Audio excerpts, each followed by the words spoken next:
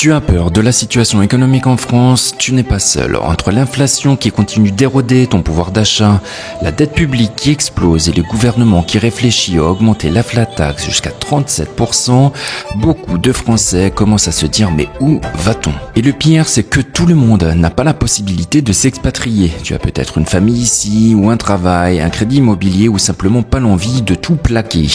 Alors la question devient comment protéger ton argent sans quitter la France. Si tu aimes ce genre de contenu, n'hésite pas à t'abonner à Smart Nomad. Ici on parle d'investissement pour devenir libre financièrement et voyager à travers le monde. Voyons maintenant le problème qui est d'être dépendant à 100% de la France. En effet, en France, ton argent n'est jamais vraiment à toi.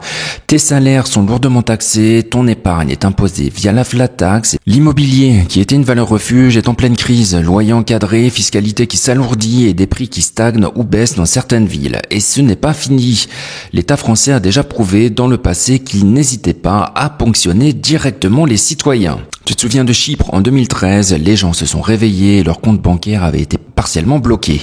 Rien n'empêche qu'un scénario similaire arrive chez nous si la crise de la dette s'aggrave. Résultat, si ton argent est uniquement en France, sur ton compte ou dans des placements locaux, tu es tout simplement à la merci du gouvernement ainsi que du système bancaire. Alors faisons maintenant une petite comparaison à l'international. Pourquoi d'autres pays s'en sortent mieux? Il suffit de regarder autour de nous. L'Espagne, par exemple, est en plein miracle économique. J'en ai fait une vidéo d'ailleurs, n'hésite pas à aller la voir. Elle attire des capitaux, des retraités étrangers, des entreprises. Pendant que la France parle de récession, l'Espagne investit dans l'innovation, dans les énergies renouvelables et réussit à créer de l'emploi. L'Allemagne, quant à elle, malgré ses difficultés récentes, reste une puissance industrielle tournée vers l'export et surtout, elle est loin d'avoir une dette aussi importante qu'en France. Les États-Unis continuent d'attirer les investisseurs avec des marchés financiers dynamiques et la France, au contraire, alourdit ses règles fiscales et réglementaires. Ça donne envie de bouger, mais tout le monde ne peut pas s'expatrier physiquement. Par contre, ton argent, lui, peut voyager et ça, c'est une énorme opportunité qui n'existait pas il y a encore peu de temps. Parlons du coup maintenant de la solution qui est d'expatrier ton argent sans bouger physiquement. Tu peux en effet rester en France mais investir ton argent hors de France et hors de l'Union européenne. Voici deux leviers concrets que j'utilise moi-même.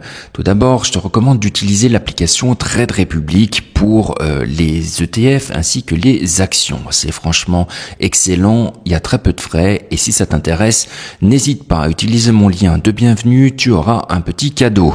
C'est une application d'investissement ultra simple qui te permet d'acheter des actions, des ETF et surtout d'investir sur des marchés internationaux. Tu peux t'exposer par exemple avec un ETF Asie sur l'expansion asiatique qui promet de te faire gagner pas mal d'argent dans les prochaines années.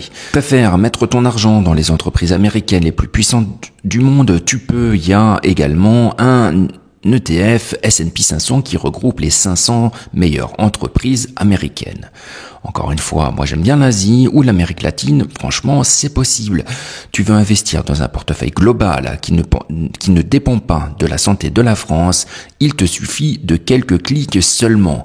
D'ailleurs, même en investissant sur des entreprises françaises mais qui font leur chiffre d'affaires à l'étranger, tu t'exposes également à la croissance mondiale. Résultat, tu ne dépends plus uniquement de l'économie française, tu profites de la croissance mondiale. Alors ici, attention, s'ils font passer la flat tax à 37%, je te recommande d'avoir un PE1 et aussi de ne pas vendre aussi souvent, en tout cas de réfléchir à l'impact de l'imposition française sur tes bénéfices. La deuxième solution, c'est la crypto-monnaie, l'assurance hors système bancaire. En effet, la crypto, c'est plus qu'un pari sur l'avenir, c'est une manière de sortir une partie de ton argent complètement du système bancaire. Personnellement, j'adore. Tu peux transférer tes cryptos sur un cold wallet sécurisé comme OneKey ou Ledger ou encore Tangem ou Elipal. Si tu veux, c'est pareil, j'ai des liens dans la description qui te permettent de profiter d'une réduction. Ce qu'il y a de génial ici, c'est que personne ne peut bloquer ton compte. Personne ne peut geler tes fonds et surtout, tu peux les transférer où tu veux dans le monde en quelques minutes seulement. C'est encore plus facile que l'or. Alors, est-ce que ça veut dire qu'il faut mettre 100% de ton patrimoine en crypto-monnaie? Bien sûr que non, mais en avoir une partie, c'est comme une assurance contre un futur où l'État déciderait d'aller se servir dans ton épargne. Si ça t'intéresse, agis rapidement. Tu sais, ce qui fait la différence entre ceux qui gardent leur liberté financière et ceux qui la perdent, c'est la rapidité de réaction. En effet, la dette française explose, la France est déjà sous surveillance des agences de notation.